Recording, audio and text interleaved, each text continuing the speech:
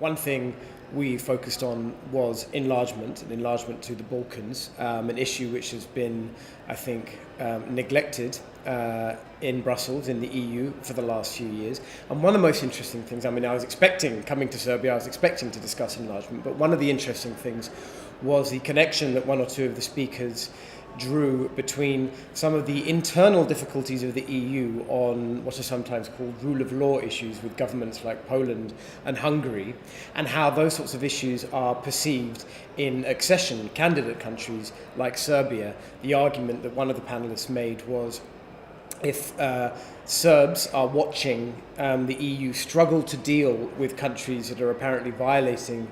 rule of law precepts that they signed up to, such as Poland, then that will have a big impact on their approach and their understanding of what the European Union is. It might also embolden actors, political parties, politicians in countries like Serbia who may be tempted to violate the rule of law here